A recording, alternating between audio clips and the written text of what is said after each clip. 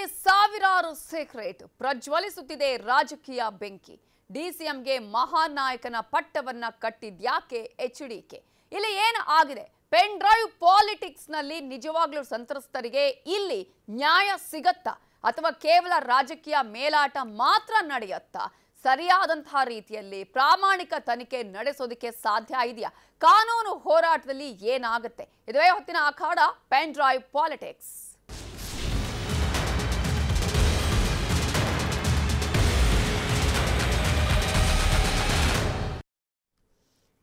ಈಗಾಗಲೇ 25ನೇ ತಾರೀಕಿನಿಂದಲೇ ಮಹಿಳೆಯರನ್ನ ದುರ್ಬಳಕೆ ಮಾಡಿಕೊಂಡಿರುವುದು ಅಶ್ಲೀಲ ಕೃತ್ಯ ಅಂತ ಹೇಳಿ ವೈರಲ್ ಆಗ್ತಾ ಇರುವಂತಹ ಅನೇಕ ಪೆನ್ ಡ್ರೈವ್ ವಿಡಿಯೋಗಳು ಈಗಾಗಲೇ ಸಾಕಷ್ಟು ಚರ್ಚೆಗೆ ಕಾರಣ ಆಗ್ತಾ ಇದೆ. ಅತಿ ದೊಡ್ಡ ಸೆಕ್ಸ್ ಸ್ಕ್ಯಾಂಡಲ್ ಅಂತಾನು ಕೂಡ ಬಿಂಬಿಸಲಾಗ್ತಾ ಇರುವಂತಹ ವಿಚಾರವನ್ನು ಕೂಡ ನಾವಿಲ್ಲಿ ಗಮನಿಸ್ತಾ ಇದ್ವಿ. ಆದ್ರೆ ಅತಿ ದೊಡ್ಡ ಸೆಕ್ಸ್ ಸ್ಕ್ಯಾಂಡಲ್ ಅಂತಾನೆ ಹೇಳಲಾಗ್ತಾ ಇದೆ ಈ ಪ್ರಕರಣವನ್ನ. ಹಾಗಾದ್ರೆ ಇಲ್ಲಿ ಯಾವ ರೀತಿಯಾಗಿ ಘಟನೆ ನಡೆದಿದೆ, ಇಲ್ಲಿ ಏನು ಆಗಿದೆ, ರಾಜಕೀಯ ಮೇಲಾಟಗಳಿಗೆ ಯಾವ ರೀತಿಯಾಗಿ ಕಾರಣ ಆಗ್ತಾ ಇದೆ, ರಾಜಕೀಯ ವಾಗ್ಯುದ್ಧಗಳು ಹೇಗ್ ನಡೆದಿದೆ, ಇವತ್ತು ಇಡೀ ದಿನ ಆಗಿದ್ದೇನು ನೋಡೋಣ.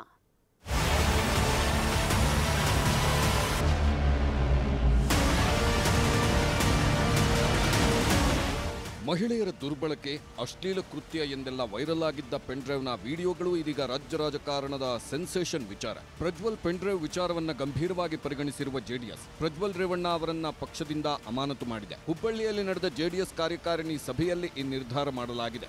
ಜೆಡಿಎಸ್ ಸಭೆ ನಡೆಯುವ ಹೋಟೆಲ್ಗೆ ಕಾಂಗ್ರೆಸ್ ಕಾರ್ಯಕರ್ತರು ಮುತ್ತಿಗೆ ಹಾಕಿದ್ರು. ಸಭೆಗೆ ಬರುತ್ತಿದ್ದ ಕುಮಾರಸ್ವಾಮಿ ಕಾರಿಗೂ ಮುತ್ತಿಗೆ ಹಾಕಿದ್ರು. ಹೋಟೆಲ್ ಮುಂದೆ ಜೆಡಿಎಸ್ ಮತ್ತು ಕಾಂಗ್ರೆಸ್ ಮುಖಂಡರ ನಡುವೆ ಮಾತಿನ ಚಕಮಕಿ ನಡೆಯಿತು.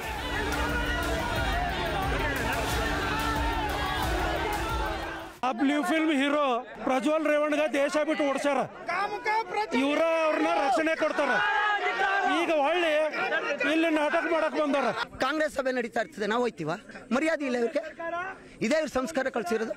ತಪ್ಪು ಮಾಡಿರೋದನ್ನ ಒಪ್ಕೊಂಡಿದೀವಿ. ತನಿಖೆ ಬರಲಿ. ಈಗ ಆರೋಪಿ ಅಷ್ಟೇ, ಅಪರಾಧಿ ಅಲ್ಲ. ಸಸ್ಪೆಂಡ್ ಮಾಡಿದೀವಿ. ಇದು ಕೇವಲ ಹುಬ್ಬಳ್ಳಿಗಷ್ಟೇ ಸೀಮಿತವಾಗಲಿಲ್ಲ. ರಾಜ್ಯ ರಾಜಕಾರಣದಲ್ಲೂ ಇದೇ ಚರ್ಚೆ ಆಗ್ತಿದೆ. ಸಿಎಂ, ಡಿಸಿಎಂ, ಮಾಜಿ ಸಿಎಂಗಳ ನಡುವೆ ವಾಗ್ಯುದ್ಧವೇ ನಡೆಯುತ್ತಿದೆ. ಲೋಕಸಭೆ ಚುನಾವಣೆ ಆರಂಭದಿಂದಲೂ ಡಿಕೆ ಎಚ್ಡಿಕೆ ನಡುವಿನ ಸಮರ ಇದ್ದೇ ಇತ್ತು. ಇದೀಗ ಪ್ರಜ್ವಲ್ ರೇವಣ್ಣ ಕೇಸ್ನಲ್ಲೂ ಡಿಕೆ ಎಚ್ಡಿಕೆ ನಡುವೆ ಟಾಕ್ ವಾರ್. ಈ ಪ್ರಕರಣದಲ್ಲಿ ಯಾವ ರೀತಿಯಲ್ಲಿ ಪೆನ್ ಡ್ರೈವ್ಗಳು ಸರ್ಕ್ಯುಲೇಟ್ ಆಯಿತು, ಸರ್ಕ್ಯುಲೇಟ್ ಮಾಡಿದಂಥ ಮಹಾನ್ ನಾಯಕ ಯಾರು, ಯಾವ ಕಾರಣಕ್ಕೋಸ್ಕರವಾಗಿ ಅದನ್ನು ಸರ್ಕ್ಯುಲೇಟ್ ಮಾಡಿದ್ರು, ತಿಂಗಳ ಹಿಂದೆ ಆ ಮಹಾನ್ ನಾಯಕನಿಗೆ ಈ ವಿಷಯಗಳೆಲ್ಲ ಗೊತ್ತಿತ್ತು. ಇದನ್ನ ಇಲ್ಲಿರ್ತಕ್ಕಂಥ ಪ್ರಶ್ನೆ. ನಾನಿಲ್ಲಿ ಪಲಾಯನವಾದ ಮಾಡೋನಲ್ಲ. ಇದೇ ನಿಮ್ಮ ಕಾಂಗ್ರೆಸ್ನ ಮಹಾನ್ ನಾಯಕ ಡೆಪ್ಟಿ ಸಿಎಂ.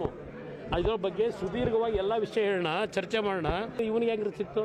ನಿಮ್ಮ ಡೆಪ್ಟಿ ಸಿಎಂಗೆ ಹೆಂಗ್ರಿ ಸಿಕ್ತು? ನಿಮ್ಮ ಡೆಪ್ಟಿ ಸಿಎಂ ಇದರಲ್ಲಿ ಎಕ್ಸ್ಪರ್ಟ್ ಅಲ್ವೇನ್ರಿ? ಸೊ ನನಗೇನಾದಿತ್ತು ಅಂದರೆ, ನಾವು ನಮ್ಮ ರಾಜಕೀಯದಲ್ಲಿ ನಮ್ಮ ಕಾರ್ಯಕರ್ತರು ಅದನ್ನು ಭಾಳ ಉಪಯೋಗಿಸಿರೋ ಬಿಡ್ತಿರೋ. ಬಟ್ ನಾನಂತೂ ಇಂಥ ಚಿಲ್ಲರೆ ಕೆಲಸಕ್ಕಂತೂ ಕೈ ಹಾಕಕ್ಕೆ ಹೋಗ. ಏನಿದ್ರು ಚುನಾವಣೆಯಲ್ಲಿ ಎದುರಿಸೋ ನಾನು. ಹುಬ್ಬಳ್ಳಿಯ ನೇಹಾ ವಿಚಾರವನ್ನು ಈ ಕೇಸ್ಗೆ ಎಳೆದು ತರಲಾಗಿದೆ. ದೇಶದ ಮಹಿಳೆಯರ ಬಗ್ಗೆ ಇರೋ ಗೌರವ ಇದೇನಾ ಅನ್ನೋ ಪ್ರಶ್ನೆ ಎತ್ತಿದ್ದಾರೆ. ಮಹಿಳೆಯರಿಗೆ ಯಾವ ಮಟ್ಟದ ಗೌರವ ಕೊಟ್ಟಿದ್ದಾರೆ, ಆ ಮಹಿಳೆಯರ ಬದುಕನ್ನ ಯಾವ ರೀತಿ ಇವತ್ತು ಬೀದಿಗೆ ತಂದಿದ್ದಾರೆ, ಅದೆಲ್ಲವನ್ನ ಚರ್ಚೆ ಮಾಡಬೇಕಾಗಿದೆ. ಅದರ ಬಗ್ಗೆ ಇಲ್ಲಿ ನಿಂತ್ಕೊಂಡು ಮಾತಾಡೋಕ್ಕಾಗಲ್ಲ. ಹಲವಾರು ವಿಷಯಗಳಿದ್ದಾವೆ ಇದರಲ್ಲಿ. ಈ ವಿಷಯಗಳನ್ನು ಸುದೀರ್ಘವಾಗಿ ನಿಮ್ಮ ಮುಂದೆ ಇಡ್ತೇನೆ. ಇಲ್ಲಿ ಹೆಣ್ಮಕ್ಳ ಗೌರವದ ವಿಚಾರ. ಪಾಪ ಎಲ್ಲ ಪಾರ್ಟಿ ವರ್ಕರ್ಸು, ಜನತಾದಳದ ಕಾರ್ಯಕರ್ತರು, ನಮ್ಮ ಅಮಿತ್ ಶಾ ಅವರೇನೋ ಸ್ಟೇಟ್ಮೆಂಟ್ ಕೊಟ್ಟಿದ್ದಾರೆ ಇವತ್ತು ಬೆಳಗ್ಗೆ. ಡಿಸಿಎಂ ಏನು ಮಾಡ್ತಾ ಇದ್ದಾರೆ? ಕುಮಾರಸ್ವಾಮಿ, ಡಿಕೆ ಶಿವಕುಮಾರ್ ಹಾಗೂ ಸಿದ್ದರಾಮಯ್ಯ ಹೆಸರು ಹೇಳುತ್ತಲೇ ಕೈ ನಾಯಕರು ಕೆಂಡಾಮಂಡಲವಾದರು. ನಾನೀಗಾಗಲೇ ಈ ಪ್ರಕರಣದ ವಿಷಯ ಹೊರಗೆ ಬಂದ ತಕ್ಷಣವೇ ನಾನು ಹೇಳಿದ್ದೇನೆ, ಉಪ್ಪು ತಿಂದವನು ನೀರು ಕುಡಿಲೇಬೇಕು. ತಪ್ಪು ಮಾಡಿರ್ತಕ್ಕಂಥವನು ಈ ನೆಲದ ಕಾನೂನಿನಲ್ಲಿ ಆ ಒಂದು ಶಿಕ್ಷೆಗೆ ಒಳಗಾಗಲೇಬೇಕಾಗ್ತದೆ. ಇದು ಹೇಳಿದ್ದೇನೆ. ಮಾಡಕ್ಕೆ ಡಿ ಕೆ ಶಿವಕುಮಾರ್ ಇದನ್ನು ಮಾಡ್ತಾ ಹೇಳಿದ್ರೆ ಮಾಡೋದು ನೀವು ನಿಮ್ಗೆ ಮಾಡತ್ತೆ ಹೇಳಿದ್ರೇನು? ಅದ ಡಿ ಕೆ ಶಿವಕುಮಾರ್ ಮಾಡತ್ತೆ ಹೇಳಿದ್ರೆ ಮಾಡ್ತೀರಿ ಇಂಥವು. ಒಂದು ಹೆಣ್ಮಗಳಲ್ಲ, ಎರಡು ಹೆಣ್ಮಗಳ ಹೇಳ್ತಾರ ಕತಿ ನಮ್ಗೆ ಗೊತ್ತಿಲ್ಲ. ಮಧ್ಯಮದ ಬರೋದು ಕೇಳ್ತೀವಿ, ಸಾವಿರಾರು ಜನ ಅಂತೇಳಿ. ಇನ್ನು ಡಿ ಕೆ ಶಿವಕುಮಾರ್ ಮಾಡ್ತಾ ಹೇಳ್ತಾರೆ, ಕಾಂಗ್ರೆಸ್ ಮಾಡ್ತಾ ಇರ್ತಾರೆ, ಅಥವಾ ನಾವು ಮಾಡೋದನ್ನ ಮಾಡ್ತೀರಿ ಅಂಥವು ಕೆಲಸಕ್ಕೆ. ವಿವಾದ ಆಗಿರೋದು ದೇವೇಗೌಡರ ಕುಟುಂಬ ಅಲ್ಲ, ಅದು ರೇವಣ್ಣ ಕುಟುಂಬದ್ದು ಅಂದ್ರು ಕುಮಾರಸ್ವಾಮಿ. ಅದಕ್ಕೆ ಡಿಕೆಶಿ ಟಕ್ಕರ್ ಕೊಟ್ಟರು. ಕುಟುಂಬ ಅಂತಕ್ಕಂಥಲ್ಲ, ಕುಟುಂಬ ರೇವಣ್ಣ ಕುಟುಂಬದಲ್ಲಿ, ಕುಟುಂಬ ಅಂತಕ್ಕಂಥಲ್ಲ, ಕುಟುಂಬ ರೇವಣ್ಣ ಕುಟುಂಬದಲ್ಲಿ, ರೇವಣ್ಣ ಅವರ ಕುಟುಂಬದಲ್ಲಿ ಈ ವಿಷಯವನ್ನು ಕೆದಕಿದ್ದಾರೆ.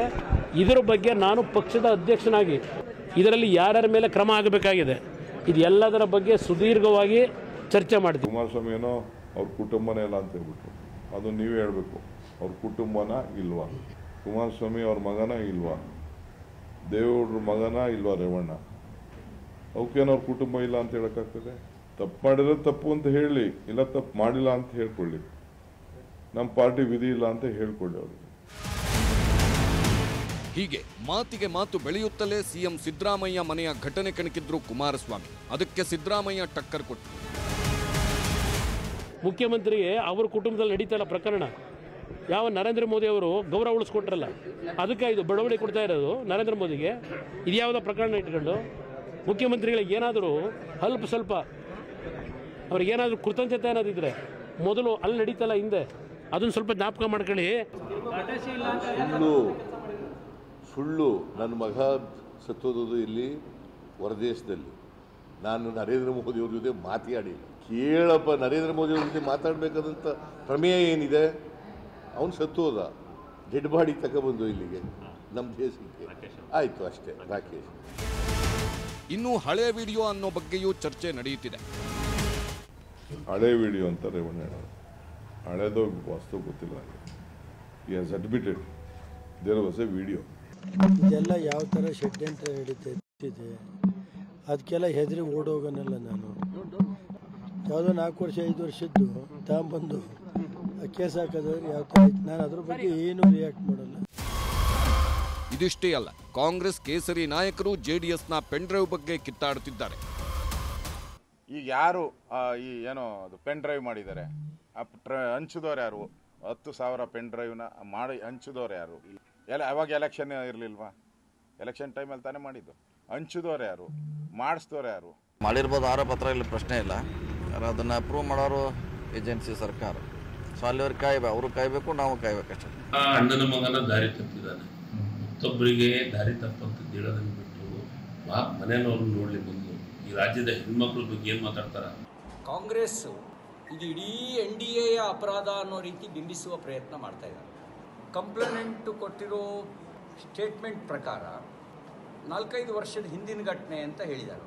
ಪಾಪ ಕಾಂಗ್ರೆಸ್ನವ್ರು ಮರ್ತೇ ಬಿಟ್ಟಿದ್ದಾರೆ, 4-5 ವರ್ಷದ ಹಿಂದೆ ಜನತಾದಳ ಅವ್ರ ಜೊತೆಗೆ ಇತ್ತು ಅನ್ನೋದನ್ನು ಮರ್ತು ಬಿಟ್ಟಿದ್ದಾರೆ. ಈ ಎಲ್ಲ ಬೆಳವಣಿಗೆಗಳ ಮಧ್ಯೆಯೇ ಪೆನ್ ಡ್ರೈವ್ ಕೇಸ್ಗೆ ಟ್ವಿಸ್ಟ್ ಸಿಕ್ಕಿದೆ. ಬಿಜೆಪಿ ನಾಯಕ ದೇವರಾಜೇಗೌಡಗೆ ವಿಡಿಯೋ ಕೊಟ್ಟಿದ್ದು ನಾನೇ ಅಂತ ಪ್ರಜ್ವಲ್ ಕಾರಿನ ಮಾಜಿ ಚಾಲಕ ಕಾರ್ತಿಕ್ ಹೇಳುತ್ತಿದ್ದಾರೆ. ಆದ್ರೆ ನಾನು ವಿಡಿಯೋ ರಿಲೀಸ್ ಮಾಡಿಲ್ಲ ಅಂತಾರೆ ಬಿಜೆಪಿ ನಾಯಕ ದೇವರಾಜೇಗೌಡ. ಬಿಜೆಪಿ ಮುಖಂಡರಾದಂಥ ನಮ್ಮ ಹೊಣೆಯಾಸ್ಪದ ಕ್ಯಾಂಡಿಡೇಟ್ ಆಗಿದ್ದೀವಿ, ಪರಾಜಿತ ಅಭ್ಯರ್ಥಿ ದೇವರಾಜೇಗೌಡರು ಬಿಟ್ಟರೆ ನಾನು ಇನ್ನು ಯಾವುದೇ ಕಾಂಗ್ರೆಸ್ ಮುಖಂಡರಿಗಾಗಲಿ ಇನ್ನೊಬ್ರಿಗೆ ಯಾರು ಕೊಡಲಿಲ್ಲ. ಕಾಂಗ್ರೆಸ್ ಅವ್ರಿಗೆ ಏನು ಕೊಡ್ಲಿಕ್ಕೆ ಹೋಗಲಿ, ಕಾಂಗ್ರೆಸ್ ಅವ್ರ ಜೊತೆ ಚೆನ್ನಾಗಿ ಅವ್ರ ಜೊತೆ ಒಡನಾಟ ಇಟ್ಕೊಂಡು ನಾನು ಹಾಕಿದ ಕೇಸ್ನೇ ಅದು ಬಿ ರಿಪೋರ್ಟ್ ಹಾಕ್ಬಿಟ್ಟು ಇದ್ರಲ್ಲಿ ಏನು ಸಾಕ್ಷಿ ಇಲ್ಲ ಅಂತ ಹೇಳ್ಬಿಟ್ಟು ಕೊಡ್ತಾರೆ. ನಾನು ಅಷ್ಟು ಸಾಕ್ಷಿ ಎಲ್ಲ ಕೊಟ್ಟರು ಅಂಥದ್ರಲ್ಲಿ ಕಾಂಗ್ರೆಸ್ ಅವ್ರ ಕೈ ನಂಬಿ ನಾನು ಹೆಂಗೆ ಹೋಗ್ಲಿ ಅಂತ ಹೇಳ್ಬಿಟ್ಟು ಇವ್ರ ಹತ್ರಕ್ಕೆ ಹೋಗಿದ್ದೆ.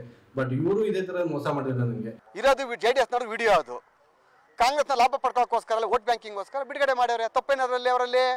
ಅವ್ರ ಬಾನೆ ತಪ್ಪಲ್ಲ ಅದು. ಆದ್ರೆ ಸಮಾಜದ ಹಿತದೃಷ್ಟಿ, ಹೆಣ್ಮಕ್ಳು ಮಾನಹಾನಿ, ಹೆಣ್ಮಕ್ಳ ಶೀಲ ಪ್ರಶ್ನೆಯಲ್ಲಿ ಅವರನ್ನ ಹರಾಜಾಕೆ, ಪ್ರಜ್ವಲ್ ರೇವಣ್ಣ ಹರಾಜಾಕಕ್ಕೆ ಹೋಗಿ ಅಲ್ಲಿ ನಮ್ಮ ಹೆಣ್ಣು ಮಕ್ಕಳನ್ನ ಮಾನವನ್ನ ಹರಾಜಾಕಿದ್ದಾರೆ. ಅಲ್ಲಿ ಇದು ಸಮಗ್ರ ತನಿಖೆ ಆಗಬೇಕು, SIT ತನಿಖೆ ಆಗಬೇಕಾದ್ರೆ ಅದಕ್ಕೇನು ಬೇಕು ಪೂರಕ ದಾಖಲಾತಿಗಳು ಕೊಡ್ತೀನಿ. ಹೀಗೆ ಒಮ್ಮೆಲೆ ರಾಜ್ಯ ರಾಜಕಾರಣದಲ್ಲಿ ಪೆನ್ ಡ್ರೈವ್ ಬಿರುಗಾಳಿ ಎದ್ದಿದೆ. ಎಲ್ಲರೂ ಹೇಳುವ ಹಾಗೆ SIT ತನಿಖೆಯಲ್ಲಿ ಸತ್ಯ ಬಯಲಾಗುತ್ತೆ. ಆದ್ರೆ ಸರ್ಕಾರದ ಅಸ್ತಿತ್ವದ ಮೇಲೂ ಈ ಕೇಸ್ ಪರಿಣಾಮ ಬೀರುತ್ತಾ ಅನ್ನೋದೇ suspense. Bureau report, news 18. 14 Lok Sabha ಕ್ಷೇತ್ರಗಳಿಗೆ ಮತದಾನ ನಡೀಬೇಕಾಗಿದೆ. ಇಂತಹ ಸಂದರ್ಭದಲ್ಲಿ ಈ ವಿಚಾರ ಈಗ ಕೇವಲ ರಾಜ್ಯ ಮಾತ್ರ ದೇಶದಾದ್ಯಂತ ಸುದ್ದಿ ಮಾಡ್ತಾ ಇದೆ. ಪ್ರಮುಖವಾಗಿ ಇದನ್ನ ಪಕ್ಷಗಳು ರಾಜಕೀಯ ಅಸ್ತ್ರವನ್ನಾಗಿ ಮಾಡಿಕೊಳ್ತಾ ಇರೋದು. ಇವೆಲ್ಲದರ ಬಗ್ಗೆ ಚರ್ಚೆಯನ್ನ ಮಾಡ್ತಾ ಹೋಗೋಣ. ನಮ್ಮ ಜೊತೆ ಬಿಜೆಪಿ ವಕ್ತಾರರಾಗಿರುವಂತಹ MG ಮಹೇಶ್ ಅವರಿದ್ದಾರೆ. ಕಾರ್ಯಕ್ರಮಕ್ಕೆ ಸ್ವಾಗತ. ಅದೇ ರೀತಿಯಾಗಿ ನಮ್ಮ ಜೊತೆ KPCC ಪ್ರಧಾನ ಕಾರ್ಯದರ್ಶಿ ಆಗಿರುವಂತಹ ಕವಿತಾ ರೆಡ್ಡಿ ಅವರಿದ್ದಾರೆ. ನಿಮಗೂ ಕಾರ್ಯಕ್ರಮಕ್ಕೆ ಸ್ವಾಗತ. ಹಾಗೆಯೇ ಮಹಿಳಾ ಪರ ಹೋರಾಟಗಾರ್ತಿ ಆಗಿರುವಂತಹ ಡಾಕ್ಟರ್ ಭಾರತಿ ರಾಜಶೇಖರ್ ಅವರಿದ್ದಾರೆ. ನಿಮಗೂ ಕಾರ್ಯಕ್ರಮಕ್ಕೆ ಸ್ವಾಗತ. ಮಹೇಶ್ ಅವರೇ, ಈ ಇಡೀ ಪ್ರಕರಣವನ್ನು ಯಾವ ರೀತಿಯಾಗಿ ನೋಡ್ತೀರಿ? ಬಿಜೆಪಿ ನಿಲುವು ಏನು? ಬಿಜೆಪಿ ನಿಲುವು ಬಹಳ ಸ್ಪಷ್ಟ ಇದೆ. ಬಿಜೆಪಿ ಝೀರೋ ಟಾಲರೆನ್ಸ್ ಈ ಥರದ ವಿಚಾರದಲ್ಲಿ ಈ ದೇಶದ ಪ್ರತಿಯೊಬ್ಬ ಮಾತೆಯರ ಬಗ್ಗೆ ಅತ್ಯಂತ ಗೌರವ ಇಟ್ಕೊಂಡಿರ್ತಕ್ಕಂಥ ರಾಜಕೀಯ ಪಾರ್ಟಿ. ಈ ಥರ ಕೃತ್ಯ ಮಾಡಿರ್ತಕ್ಕಂಥವ್ರಿಗೆ ಯಾವ ಕಾರಣಕ್ಕೂ ಅವರಿಗೆ ಕ್ಷಮೆ ಅನ್ನೋದೇ ಇಲ್ಲ.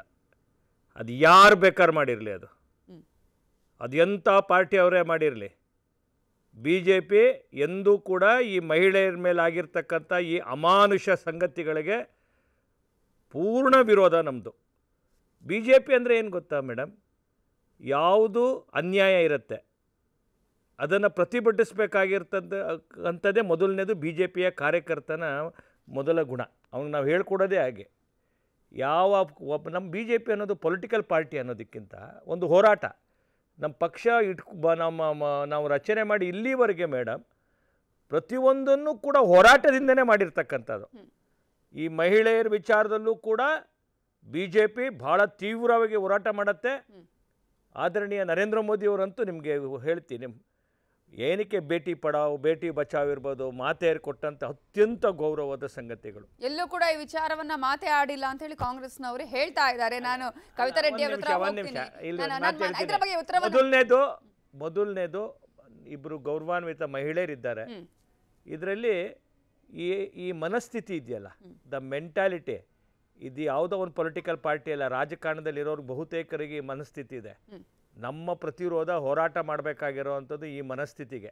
ಆಮೇಲಿಂದ ಪಕ್ಷ ಚರ್ಚೆ ಮಾಡೋಣ, ಆಯಿತಾ? ಆದ್ದರಿಂದ ನಾನು ಅಪೇಕ್ಷೆ ಮಾಡೋವಂಥದ್ದು ಯಾರೋ ಅಧಿಕಾರಕ್ಕೋಸ್ಕರ ಶಾರ್ಟ್ ಮಾಡೋವಂಥದ್ದು, ಅಡ್ಡದಾರಿ ಹಿಡಿತಕ್ಕಂಥದ್ದು, ಅಧಿಕಾರಕ್ಕೆ ಬಂದಿದ್ದೀವಿ ಅಂತ ಅದನ್ನು ದುರುಪಯೋಗ ಮಾಡಿಕೊಂಡು ಈ ಥರದ್ದು ಮಾಡುವಂಥದ್ದು, ಈ ಪರಂಪರೆ ಹೋಗ್ಬೇಕು, ನಶಿಸಿ ಹೋಗ್ಬೇಕು. ಎಸ್, ಎಲ್ಲರ ಆಶಯ ಕೂಡ ಅದೇ. ಯಾರು ಕೂಡ ಈ ರೀತಿಯಾದಂತಹ ಒಂದು ಕೃತ್ಯ ಆಗ್ಲಿ ಅನ್ನೋದನ್ನ ಯಾರು ಕೂಡ ಆಶಯ ಪಡೋದಿಲ್ಲ. ಕವಿತಾ ರೆಡ್ಡಿ ಅವರೇ, ಈ ವಿಚಾರ ಇದನ್ನು ಯಾವ ರೀತಿಯಾಗಿ ನೋಡ್ತೀರಿ? ಮೊರಾಲಿಟಿ ದೃಷ್ಟಿಯಿಂದ ನೋಡ್ತೀರಾ, ಅಥವಾ ಪಾಲಿಟಿಕ್ಸ್ ದೃಷ್ಟಿಯಿಂದ ನೋಡ್ತೀರಾ, ಅಥವಾ ಮಹಿಳೆಯರ ಒಂದು ರೆಸ್ಪೆಕ್ಟ್ ವಿಚಾರ ಅಂತ ನೀವು ನೋಡ್ತೀರಾ, ಹೇಗೆ?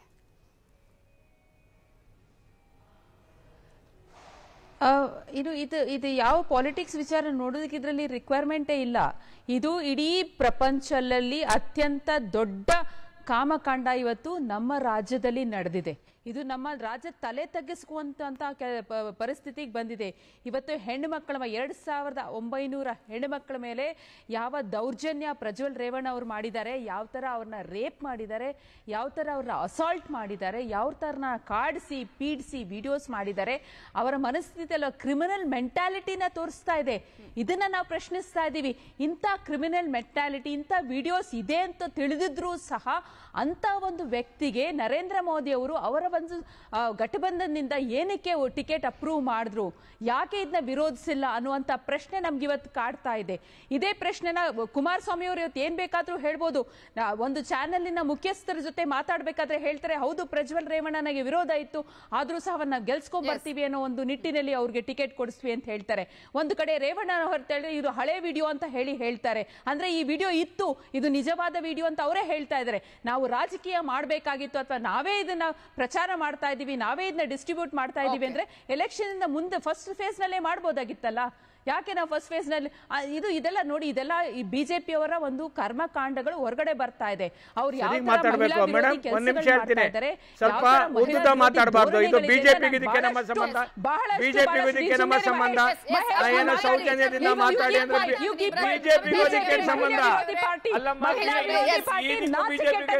ಲಜ್ಜೆಗೆಟ್ಟಂತ ಪಾರ್ಟಿ, ಮಹಿಳೆಯರ ಮೈತ್ರಿ ಅಭ್ಯರ್ಥಿಯಾಗಿ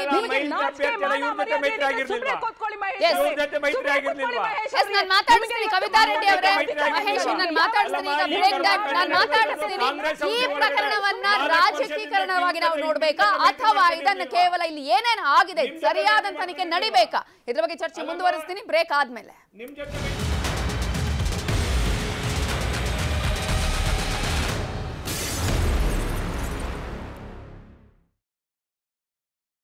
ಕನ್ನಡಿಗರ ಮೆಚ್ಚಿನ ನಿಮ್ಮ ನ್ಯೂಸ್ 18 ಕನ್ನಡ ಈಗ ವಾಟ್ಸ್ಆಪ್ನಲ್ಲಿಯೂ ಲಭ್ಯ. ಕರ್ನಾಟಕ ಮತ್ತು ದೇಶ ವಿದೇಶದ 360 ಡಿಗ್ರಿ ಸುದ್ದಿ ವಿವರವನ್ನ ನೀವು ನಿಮ್ಮ ಕೈ ಬೆರಳುಗಳಲ್ಲಿಯೇ ಪಡೆಯೋದಿಕ್ಕೆ ಈ QR ಕೋಡ್ ಅನ್ನ ಸ್ಕ್ಯಾನ್ ಮಾಡಿ. ನಮ್ಮ ಚಾನೆಲ್ ಅನ್ನ ಫಾಲೋ ಮಾಡಿ, ನೋಟಿಫಿಕೇಶನ್ ಆನ್ ಮಾಡಿ.